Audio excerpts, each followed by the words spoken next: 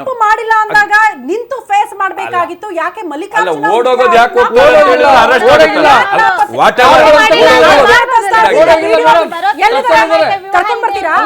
ಕರ್ಕೊಂಡ್ ಬರ್ತೀರಾ ಮುಂದೆ? ಮತ್ತೆ ಯಾಕೆ ಕಾಂಟ್ಯಾಕ್ಟ್ ಮಾಡಕ್ ಆಗ್ತಾ ಇಲ್ಲ? ಅವರು ಹೈದರಾಬಾದ್ ವಿಚಾರಣೆಗೆ ಹಾಜರಾಗ ಮಾರ್ಚ್ 13ನೇ ತಾರೀಕು ಸಾಮೂಹಿಕ ಮದುವೆ ಕಾರ್ಯಕ್ರಮ ಇಟ್ಕೊಂಡಿದ್ದಾರೆ.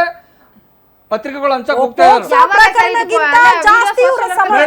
ಒಬ್ಬರು ಕಳ್ಳನ 5 ನಿಮಿಷ ಹಿಡ್ಕೊಂಡ್ ಬರ್ತಾರೆ ಪೊಲೀಸ್ ಅಧಿಕಾರಿಗಳು.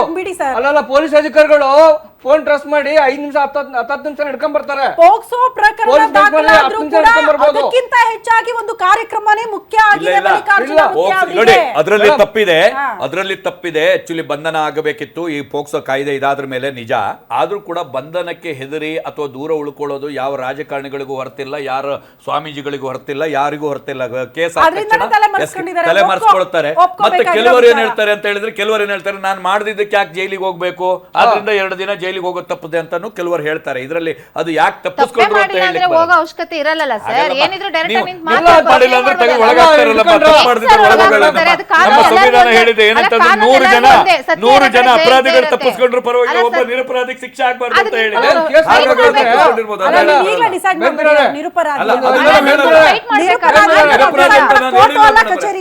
ಹೇಳಿದೆ ಸಂವಿಧಾನ ಅನ್ನೋದನ್ನ ನಾನು ನಿಮಗೆ ಮನದಟ್ಟು ಮಾಡೋ ಕೆಲಸ. ಯಾದಗಿರಿ ಜಿಲ್ಲೆಯಲ್ಲಿ ಸಾಕಷ್ಟು ಉಸುಕು ಮರಳ ದಂಧೆ ಮಾಡೋರಿದ್ದಾರೆ. ಸಾಕಷ್ಟು ಸಲ ಮನವಿ ಕೊಡ್ತೀವಿ, ಹೋರಾಟ ಮಾಡ್ತೀವಿ. ಯಾಕೆ ಅವ್ರನ್ನ ಬಂಧಿಸಲಿಲ್ಲ, ಕೇಸ್ ಹಾಕ್ಲಿಲ್ಲ? ಇದಕ್ಕೆ ಮಾತ್ರ ಒಂದು ಕೇಸ್ ಹಾಕ್ಬೇಕಲ್ಲ. SP, ತಹಸೀಲ್ದಾರು, AC ಎಲ್ಲ ಸೇರಿ ಚರ್ಚೆ ಮಾಡಿ ಪೋಸ್ಕೋ ಹಾಕ್ಬೇಕಾಗಿತ್ತು. ಏಕೆ ಹಾಕ್ಬಿಟ್ರೆ ತಂದೆ ತಾಯಿ ಕೇಳಾರ್ದ ಆ ಮಗು ನಾಳೆ DC AC ಆಗ್ಬೇಕಾಗಿತ್ತು. ಆ ಮಗು ಮಗುವಿನ ಭವಿಷ್ಯ ಇದು ಮರ್ಯಾದೆ ಎಷ್ಟು ಪ್ರಕರಣ ಹೇಳದೆ ಅದೇ. ಯಾವುದೇ ಅಪ್ರಾಪ್ತ ಬಾಲಕಿ ಅಂತ ಮಾತ್ರ ಅಲ್ಲ, ಹೆಣ್ಣು ಮಕ್ಕಳು ಮಾತ್ರ ಅಲ್ಲ, ಬಾಲಕರು ಸೇರಿದಂತೆ ಅಪ್ರಾಪ್ತ ವಯಸ್ಸಿನ ಯಾವುದೇ ಹೆಣ್ಣು ಮಗಳು ಅಥವಾ ಗಂಡು ಮಗು ಆದ್ರೂ ಕೂಡ ಇದೇ ರೀತಿ ಮುಟ್ಟಿದ್ರೆ, ಅದು ಅನುಚಿತ ವರ್ತನೆ ಆಗಿದ್ರೆ, ಲೈಂಗಿಕ ಕಿರುಕುಳ ಕೊಟ್ಟಿದ್ರೆ, ಆಕೆಯ ಪ್ರೈವೇಟ್ ಪಾರ್ಟ್ ಗಳನ್ನ ಮುಟ್ಟಿ ಕಿರುಕುಳ ಕೊಟ್ಟಿದ್ರೆ ಅದು ಪೋಕ್ಸೋ ಅಂಡರ್ಗೆ ಬರುತ್ತೆ ಅಂತ. ಹಂಗಾಗಿ ಪೋಕ್ಸೋ ಪ್ರಕರಣ ಬರೀ ಹೆಣ್ಣು ಮಕ್ಕಳು ಮಾತ್ರ ಅಂತಲ್ಲ, ಮತ್ತೆ ಮತ್ತೆ ರಿಪೀಟ್ ಮಾಡ್ತೀನಿ, ಗಂಡು ಮಕ್ಕಳನ್ನ ಕೂಡ ಹಿಂಗ್ ನಡೆಸ್ಕೊಳಂಗಿಲ್ಲ ನೀವು ಅಂತ. ಈ ವಯಸ್ಸಿನ ಗಂಡು ಮಕ್ಕಳನ್ನ ಕೂಡ ಹಿಂಗ್ ನಡೆಸ್ಕೊಳಂಗಿಲ್ಲ, ಹಿಂಗ್ ಟಚ್ ಮಾಡಂಗಿಲ್ಲ. ನಾನು ಯಾಕೆ ಈ ವಿಷಯದಲ್ಲಿ ಡಿಬೇಟ್ ಮಾಡಕ್ ಬಂದೆ ಅಂತ ಹೇಳಿದ್ರೆ, ನನ್ನ ವೈಯಕ್ತಿಕ ವಿಷಯನೇ ಇಟ್ಕೊಂಡು ನಾನು ಬಂದೆ. ಕಾರಣ ಯಾಕಂದ್ರೆ ನಾನು ಮೊನ್ನೆ ಪೂಜೆಯಲ್ಲಿ ಆ ಮಗುವಿನ ರೀತಿಯಲ್ಲಿ ನಾನು ಮಾತನಾಡಿಸ್ತೆ. ಮಗುವಿನ ರೀತಿಯಲ್ಲಿ ಅಂದ್ರೆ ಯಾರಾದ್ರೂ ಅದನ್ನು ಫೋಟೋ ತೆಗೆದು ನಾನು ಈಗಂದೆ ಇಲ್ಲಡಿ ಗಲ್ಲವನ್ನು ಹಿಡಿದು ಏನ್ ಬೇಕು ನಿಮ್ಗೆ ಏನೋ ಬೇಕು ತಿಂಡಿ ಕೇಳಿದೆ.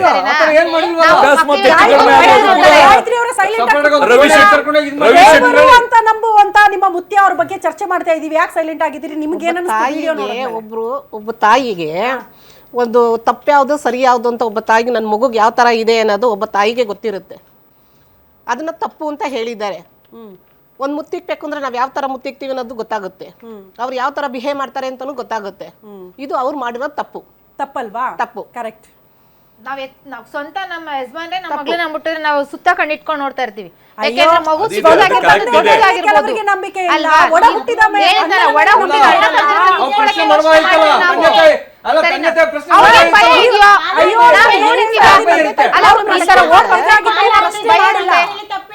ನಮ್ ತಂದೆ ತಾಯಿ ಹೆಣ್ಮಗಳು ಮುಟ್ಟಿದ್ರು ಅದೊಂದು ತಪ್ಪಾಗಿ ಈಗ ತಂದೆ ತಾಯಿ ಯಾಕೆ ಬಂದಿಲ್ಲ ಅಂದ್ರೆ ಅವ್ರಿಗೇನೋ ಭಯ ಇರ್ಬೋದೇನೋ, ಅದಕ್ಕೆ ಬಂದಿಲ್ಲ.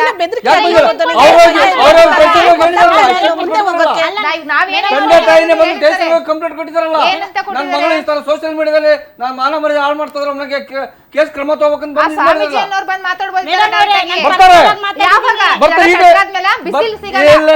ನೋಡಿ. ಕಾನೂನು ಎಲ್ಲರಿಗೂ ಒಂದೇನೆ, ಕೋರ್ಟ್ ತಲೆ ಬಾಗ್ಲೇಬೇಕು. ಯಾರಾದ್ರೂ ಅಷ್ಟೇ ದೊಡ್ಡ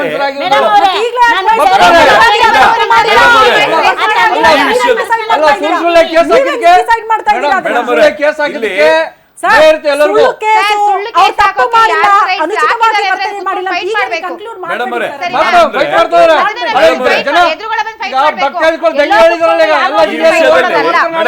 ಇವ್ರೆ ಈ ವಿಷಯದಲ್ಲಿ ಸರ್ಕಾರ ಇದು ಬಹಳ ಸೂಕ್ಷ್ಮ ವಿಷಯ ಇರುತ್ತೆ. ಅಂದರೆ ಭಕ್ತಾದಿಗಳು ಮತ್ತು ಸ್ವಾಮೀಜಿ ಅನ್ನೋ ಒಂದು ವಿಷಯ ಆಗಿರ್ಬೋದು ಅಥವಾ ಒಂದು ಇದಿರುತ್ತೆ. ಇದರಲ್ಲಿ ಪೋಕ್ಸೋ ಹಾಕುವಾಗ ಕೆಲವಷ್ಟು ನಿಯಮಗಳನ್ನು ತಕ್ಷಣಕ್ಕೆ ಜಾರಿಗೆ ತರುವಂತೆ ನೋಡಬೇಕಿತ್ತು. ನನ್ನ ಅನಿಸಿಕೆ ಪ್ರಕಾರ ಪೋಕ್ಸೋ ಹಾಕೋಕ್ಕೆ ಅವರು ಮುಂದಾಲೋಚನೆ ಮಾಡಿದಾಗ ಸ್ವಾಮೀಜಿಯನ್ನು ಬಿಡುವಂಥ ಕೆಲಸ ಕೂಡ ಮಾಡಬಾರ್ದಿತ್ತು, ಎಸ್ಕೇಪ್ ಆಗಲಿಕ್ಕೆ ಕೂಡ ಅವಕಾಶ ಕೊಡಬಾರ್ದಿತ್ತು. ಇವ್ರು ಏನು ಮಾಡಬೇಕಿತ್ತಂದರೆ ಸರಿಯಾದ ರೀತಿಯಲ್ಲಿ ತನಿಖೆಯನ್ನು ಮಾಡಿಸಿ ಅದಕ್ಕೆ ಸಂಬಂಧಪಟ್ಟ ಮೇಲಾಧಿಕಾರಿಗಳ ಅದೊಂದು ಅನುಮತಿ ಪಡಿಬೇಕಂತ ಇದೆ. ಅಲ್ಲೂ ಕೂಡ ಕಾನೂನು ತೊಡಕಾಗಿದೆ. ಇಲ್ಲಿ ಏನಾಗ್ತಾ ಇದೆ ಅಂದರೆ ಕೆಲವೊಂದೊಂದು ಬಾರಿ ಕೆಲವೊಬ್ಬೊಬ್ಬರನ್ನ ಹೆಣೆಯುವಂಥ ಕೆಲಸ ಕೂಡ ಆಗ್ತಾ ಇದೆ. ಇವತ್ತು ಕಾನೂನಿನಲ್ಲಿ ಕೇಸ್ ಹಾಕ್ಬಿಡ್ತಾರೆ, ಆಮೇಲೆ ಅದು ತನಿಖೆ. ಈಗ ಕೆಲವಷ್ಟು ಬಹಳಷ್ಟು ವಿಷಯ ನೋಡಿರ್ಬೇಕು. ಈಗ ಸುಳ್ಳು ಕೇಸ್ ಈಗ ನಮ್ಮ ಮೇಲೆ ಡಕಾತಿ ಕೇಸ್ ಅಂತ ಆಗ್ತಲ್ಲ, ಹೋರಾಟ ಮಾಡಿದ್ರೆ ನಾವು ಡಕಾತಿ ಮಾಡಿರ್ತೀವ. ಅಲ್ಲ, ಈ ರೀತಿ ಕಾನೂನು ದುರ್ಬಳಕೆ ಆಗಬಾರ್ದು ಅಂತ ನಾವು ಹೇಳ್ತೇವೆ. ಅಲ್ಲ, ಈಗ ಹೋರಾಟ ಮಾಡಿದ್ರೆ ಡಕಾತಿ ಕೇಸ್ ಅಂತ ಮಾಡ್ತಾರೆ. ವಿಡಿಯೋ ಇದೆ, ಅವ್ರು ಹಿಡ್ಕೊಂಡಿರೋ ರೀತಿ ಬಗ್ಗೆ ಒಂದಿಷ್ಟು ನಮಗ ಚರ್ಚೆಗಳಾಗ್ತಾ ಇದೆ. ಮಗು ಅಂತ ಬಹಳ ಮಗಳು ಅಂತೇಳಿ ಹಿಡ್ಕೊಂಡು ಮುದ್ದು ಮಾಡೋ ತಪ್ಪ. ಅಲ್ಲ, ನಾನು ಹೇಳೋದೊಂದೇ, ಪ್ರೈವೇಟ್ ಪಾರ್ಟ್ ಅನ್ನ ಮುಟ್ಟಿದ್ದು ನಾವು ಗಮನಿಸಿಲ್ಲ, ಪ್ರೈವೇಟ್ ಪಾರ್ಟ್ ಅನ್ನ ಗಮನಿಸಿದ್ದು ನಾವು ಮುಟ್ಟಿಲ್ಲ. ಮಗುವನ್ನ ಹೀಗೆ ಹಿಡ್ಕೊಳ್ತಾರೆ, ಇದಾಗಿ ಹಿಡ್ಕೊಂಡಿದ್ದು ನಾನು ನೋಡಿಲ್ಲ. ಪ್ರೀತಿ, ತಂದೆ ಪ್ರೀತಿ ಅಂತ ನೀವೆಲ್ಲ ಹೇಳ್ತಿದ್ದೀರಾ, ತೋರ್ಸೋದು ಹಿಂಗಲ್ಲ ಅಂತ, ಸಾರ್ವಜನಿಕವಾಗಿ ಹಿಂಗ್ ತೋರಿಸಬಾರ್ದು. ಅಂದ್ರೆ ನೀವ್ ಹೇಳ್ತಾ ಇರೋದು ಹೇಗಿದೆ ಅಂತ ಹೇಳಿದ್ರೆ,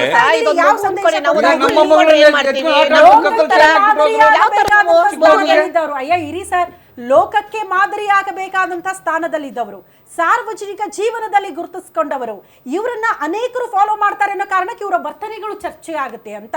ಇವ್ರು ಹಿಂಗೆ ಮುಟ್ಟಿದ್ರು, ಯಾಕೆ ಮುಟ್ಟಿದ್ರು, ಅವರ ಪ್ರೈವೇಟ್ ಪಾರ್ಟ್ ಅನ್ನ ಯಾಕೆ ಮುಟ್ಟಿದ್ರು ಅಂತ, ಹಿಂಗೆ ಯಾಕೆ ಮುತ್ತು ಕೊಟ್ರು ಅಂತ ಪ್ರಶ್ನೆಗಳು ಬರ್ತಾ ಇದೆ. ಅಂದ್ರೆ ನಾಳೆ ದಿನ ಇದನ್ನ ಕೆಲವರು ಫಾಲೋ ಮಾಡ್ತಾರೆ. ಅಯ್ಯೋ ಬಿಡ್ರಿ, ಮುತ್ಯ ಅವ್ರು ಹಿಂಗ್ ಮಾಡಿದ್ದಾರೆ, ನಾವು ಮಾಡಿದ್ರೆ ತಪ್ಪೇನು, ನಾವು ತಂದೆ ಪ್ರೀತಿ ಹಿಂಗೆ ತೋರಿಸ್ತೀವಿ ಅಂತ ನಾಳೆ ದಿನ ಹಿಂಗ್ ಮಾಡಿದ್ರೆ ಕೆಲವರು ಸಹಿಸ್ಕೊಳ್ತೀರಾ? ನಿಮ್ಮ ಮನೆ ಹೆಣ್ಣು ಮಕ್ಕಳಿಗೆ ಇನ್ಯಾರೋ ಬಂದು ನಾವು ಮುತ್ಯ ಅವ್ರ ರೀತಿಯೆಲ್ಲ ವರ್ತನೆ ಮಾಡ್ತೀವಿ ಅಂದ್ರೆ ಸಹಿಸ್ಕೊಳ್ತೀರಾ? ತಂದೆ ತಾಯಿ ಕೂಡ ಅವ್ರದ್ದು ಪಾಲಿರ್ತದೆ. ತಂದೆ ತಾಯಿ ತಪ್ಪು ಮಾಡಿದ್ದೆ ಹೌದಾದ್ರೆ ಅದು ಮುತ್ಯ ಮಾಡ್ಲಿ, ಇನ್ನೊಬ್ರು ಮಾಡ್ಲಿ ತಪ್ಪೇ, ಹೋಗ್ಲೇಬಾರ್ದು ಮಟ್ಟಗಳಿಗೆ. ಚಿಕ್ಕಪ್ಪ ಅಂತ ಬಿಟ್ಟಿ ತಪ್ಪ, ಇವ್ ನೀವೇ ಹೇಳಿದ್ರೆ ಅವ್ರ ಮಕ್ಳು ನೋಡ್ಕೋಬೇಕು ಅಂದಾಗ ಚಿಕ್ಕಪ್ಪ ದೊಡ್ಡಪ್ಪ ಅಂತ ಬಿಟ್ಟಿ ತಪ್ಪ. ನೀವೇನು ವಾದ ಮಾಡ್ತಾರೆ, ತಂದೆ ತಾಯಿ ನೋಡ್ಕೋಬೇಕಿತ್ತು ಅಂದಾಗ ನಾವು ಅಷ್ಟೇ. ಮೊಮ್ಮಗಳ ಮಕ್ಳಿಗೆ ಮುಟ್ಬೇಕಾದ್ರೆ ಪೋಸ್ಕೋ ಕೇಸ್ ಮಾಡ್ತಾರೆ. ಹಾಗಾದ್ರೆ ಅದು ಮುಟ್ಟೋ ರೀತಿ ಇರುತ್ತೆ ಸರ್, ಮುಟ್ಟೋ ರೀತಿ ತೆಪ್ಕೊಂಡಿಲ್ಲ, ತೆಪ್ಕೊಂಡು ರೂಮಲ್ಲಿ ಕರ್ಕೊಂಡು ಹೋಗಿಲ್ಲ. ಸಾರ್ವಜನಿಕರು ಇದಾರಲ್ಲಿ, ಸಾರ್ವಜನಿಕರು ಇದಾರಲ್ಲಿ, ಸಾರ್ವಜನಿಕರು ಇದಾರಲ್ಲಿ. ಅವ್ರು ಪ್ರಶ್ನೆ ಮಾಡಬಹುದಾಗಿತ್ತಲ್ಲ ತಾಯಿ ತಂದೆ, ಅಲ್ಲ ತಾಯಿ ತಂದೆ ಪ್ರಶ್ನೆ ಮಾಡಬಹುದಾಗಿತ್ತಲ್ಲ. ತಂದೆ ತಾಯಿ ನೋಡ್ಕೋಬೇಕಂತ ಚಿಕ್ಕಪ್ಪ ಅಂತ ಅವ್ರ ತಾಯಿ ತಂದೆ ಹೌದು. ಹಂಗಂದ್ರೆ ಹೇಳ್ಬಿಟ್ಟು ಅಣ್ಣನ್ ಮಗಳು ಅಂದ್ಬಿಟ್ಟು ನಾವ್ ಹೆಂಗ್ ಬೇಕಾದ್ರೂ ಒಪ್ಕೊಳ್ಳೋದಲ್ಲ. ಅಪ್ಕೊಂಡಿಲ್ಲ, ಎಲ್ಲಿ ಮುಟ್ಕೊಳ್ಳೋ ತಪ್ಪ, ಆಟ ಆಡೋ ತಪ್ಪ, ಕೈ ಹಿಡ್ಕೊಂಡು ಆಟ ಆಡೋ ತಪ್ಪ. ಅದು ಹಣೆಗೆ ಕೆನ್ನೆಗೆ ಮುತ್ತು ಕೊಟ್ಟಿದ್ದನ್ನ ನೋಡಿ ಅಮ್ಮ, ಹಣೆಗೆ ಕೊಟ್ರೆ ಏನಮ್ಮ, ಹಣೆಗೆ ಮುತ್ತು ಕೊಟ್ರೆ ಏನು, ಹಣೆಗೆ ಮುತ್ತು ಕೊಟ್ರೆ ಏನ್ ಹೇಳ್ತಾರೆ, ಕೆನ್ನೆಗೆ ಮುತ್ತು ಕೊಟ್ರೆ ಏನ್ ಹೇಳ್ತಾರೆ, ಯಾವ ರೀತಿ? ಸಣ್ಣ ಮಕ್ಕಳಿಗೆ ಹಣೆಗೆ ಮುತ್ತು ಕೊಟ್ಟು ಸಣ್ಣವರಲ್ಲ, ದೊಡ್ಡವರಿಗೆ ಕೊಟ್ಟರು ಕೂಡ ಇಲ್ಲಿಗೆ ಕೊಟ್ರೆ ನಾನಿದ್ದೇನೆ ಅನ್ನೋ ಒಂದು ಭರವಸೆಯನ್ನು ತುಂಬಿದ ಲೆಕ್ಕ. ಗೊತ್ತಾಯ್ತಾ? ಈಗ ಲಕ್ಷಾಂತರ ಮಕ್ಕಳಿಗೆ ಅನಾಥ ಮಕ್ಕಳಿಗೆ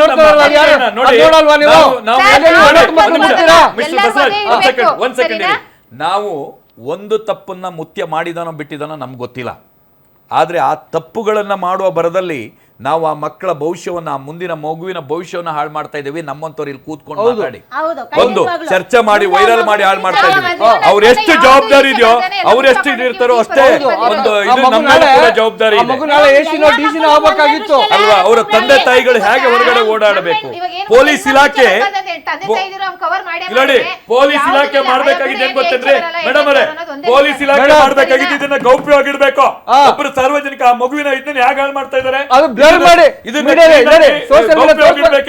ಅಥವಾ ಯಾರು ಸೋಷಿಯಲ್ ಮೀಡಿಯಾದಲ್ಲಿ ಹರಡಿದಂಗೆ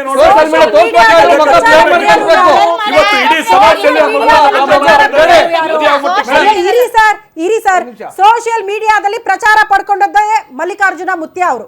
ಇಷ್ಟು ಮುನ್ನೆಲೆಗೆ ಬರ್ತಾರೆ ಅಂದ್ರೆ ಲಕ್ಷ ಲಕ್ಷ ಸಂಖ್ಯೆಯಲ್ಲಿ ಹೋಗಿ ಅವ್ರು ಪ್ರಚಾರ ಮಾಡಿಲ್ಲ. ಪ್ರಚಾರ ಸಿಕ್ಕಿದೆ, ಸೋಷಿಯಲ್ ಮೀಡಿಯಾ ಪ್ರಚಾರ ಸಿಕ್ತಾರೆ.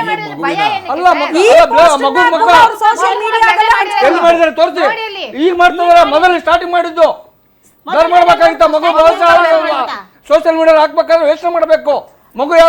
ಮಲ್ಲಿಕಾರ್ಜುನ ಮುತ್ಯ ಅವ್ರಿಗೆ ಹೇಳಿ, ಯಾವ ಭಕ್ತಾದಿಗಳು ಬರ್ತಾರ, ಮುಡ್ತಾರೆ, ಕಿಸ್ ಮಾಡ್ತಾರಲ್ಲ, ಅದನ್ನ ವಿಡಿಯೋ ಮಾಡ್ಕೊಂಡು ಹರಿ ಬಿಡ್ತಾರಲ್ಲ ಅವ್ರ ಸೋಷಿಯಲ್ ಮೀಡಿಯಾದಲ್ಲಿ, ಅವ್ರ ಖಾತೆಯಲ್ಲಿ ಅವ್ರಿಗೆ ಹೇಳಿ, ಅವ್ರಿಗೆ ಹೇಳಿ. ಸೋಷಿಯಲ್ ಮೀಡಿಯಾದಲ್ಲಿ ಪ್ರತಿಯೊಂದು ಆಚಾರ ವಿಚಾರಗಳನ್ನ ಪೋಸ್ಟ್ ಮಾಡ್ತಾರಲ್ಲ, ಸೋಷಿಯಲ್ ಮೀಡಿಯಾ ಪ್ರಚಾರ ಪ್ರಿಯರು ಯಾರು? ಮುತ್ಯ ಅವರು, ಸಾರ್ವಜನಿಕರಲ್ಲ. ಸೋಷಿಯಲ್ ಮೀಡಿಯಾದಲ್ಲಿ ಹಾಕ್ತೀರಾ ಅಂದ್ರೆ 100 ಜನ ಸೋಷಿಯಲ್ ಮೀಡಿಯಾಗಳು ತಾರತಮ್ಯ ಬರ್ತಾನೆ ಇದೆ. ಪೋಸ್ಟ್ ಮಾಡಿದ್ರ ಬಗ್ಗೆ ಪ್ರಶ್ನೆ ತಂದೆ ತಾಯಿನೇ ವಿಡಿಯೋ